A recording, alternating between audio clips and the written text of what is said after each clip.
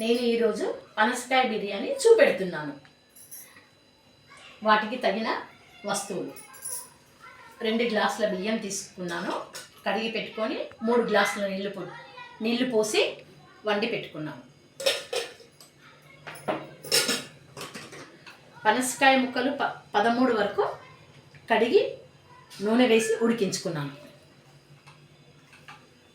పనసకాయ బిర్యానీకి తగిన వస్తువులు: 2 టమాటా ముక్కలు, 1 నిమ్మకాయ, 2 పచ్చిమిర్చి, ఇంగువ, కొత్తిమీర, పుదీనా, 2 చెంచాల ఉప్పు, పసుపు, 4 ఎండుమిర్చి, 2 దాల్చిన చెక్క, సాజీరా, 3 బిర్యానీ ఆకు, 6 నల్ల మిరియాలు, 2 ఇలాచీ, లవంగాలు. వీటన్నిటిని మిక్సీ పట్టుకుందాం. ఇప్పుడు మీకు చూపించడానికి ఇలా మిక్సీ పట్టి పెట్టుకున్నాను. ఇప్పుడు వీటిని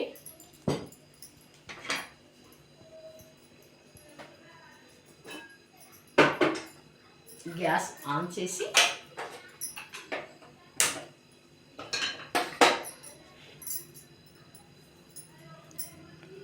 ముక్కుడు వేడేంత వరకు కొద్దిగా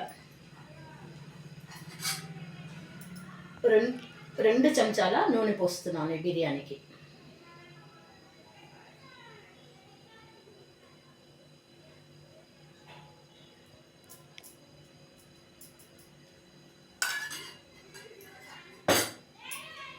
నూనె కొద్దిగా వేడేంత వరకు ఒక్కసారి ఈ బియ్యాన్ని చేసుకుందాం.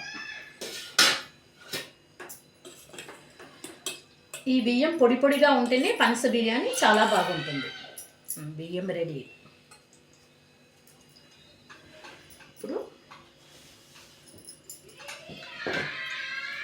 అందులో మనము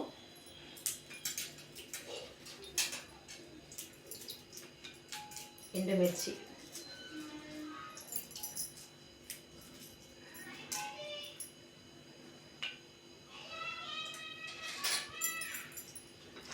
చిటపటలాడేంత వరకు వేగించుకోవాలి.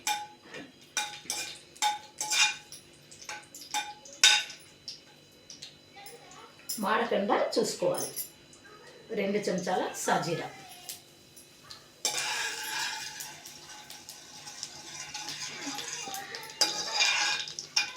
మనం టమాటా, పచ్చిమిర్చి, కొత్తిమీర, పుదీనా, దాల్చిన చెక్క అన్నీ వేసి మిక్సీ పట్టాం కదా, దాన్ని ఇందులో ఇప్పుడు వేసుకుందాం.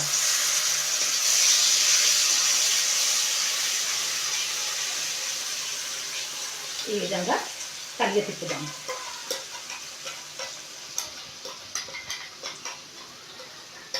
ఈ విధంగా కలిగి తిప్పిన తర్వాత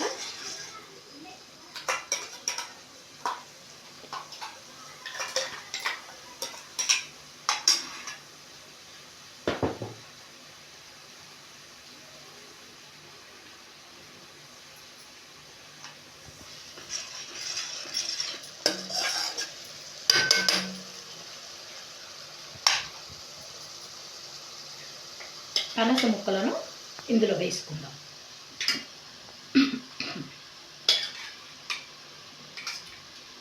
పనస ముక్కలు ఎంత మంచిగా ఉడికాయో చూడండి.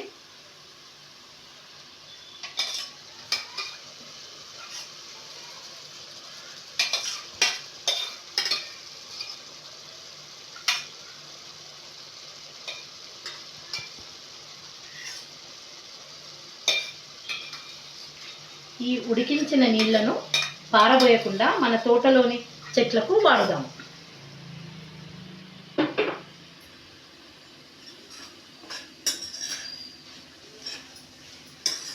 చూడండి, మసాలా ఉడికిన తర్వాత మనకు మంచి సువాసన వస్తుంది.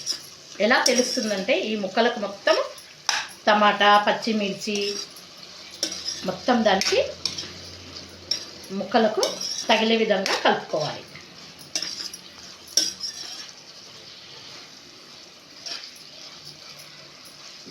రెండు నిమిషాలు మూత పెట్టి ఉంచుదాం.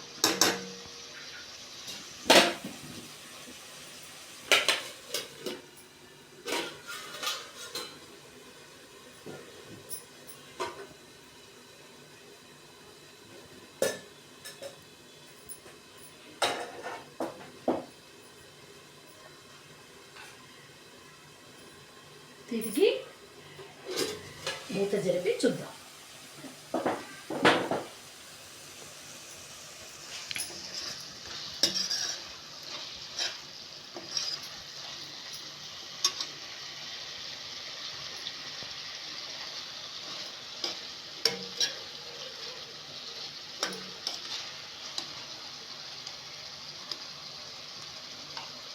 తిరిగి కొన్ని పనస ముక్కలను పక్కన ఉంచుకుందాం.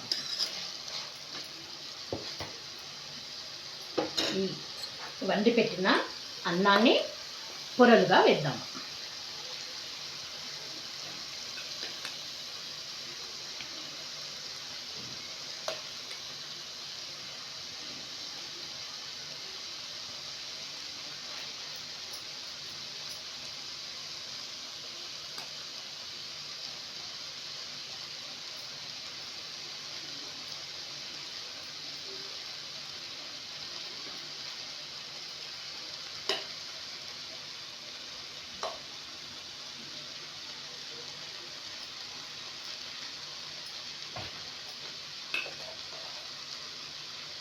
ఈ మిగిలిన అన్నంతో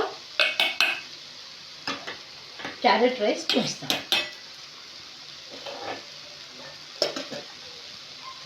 తిరిగి ఈ ముక్కలను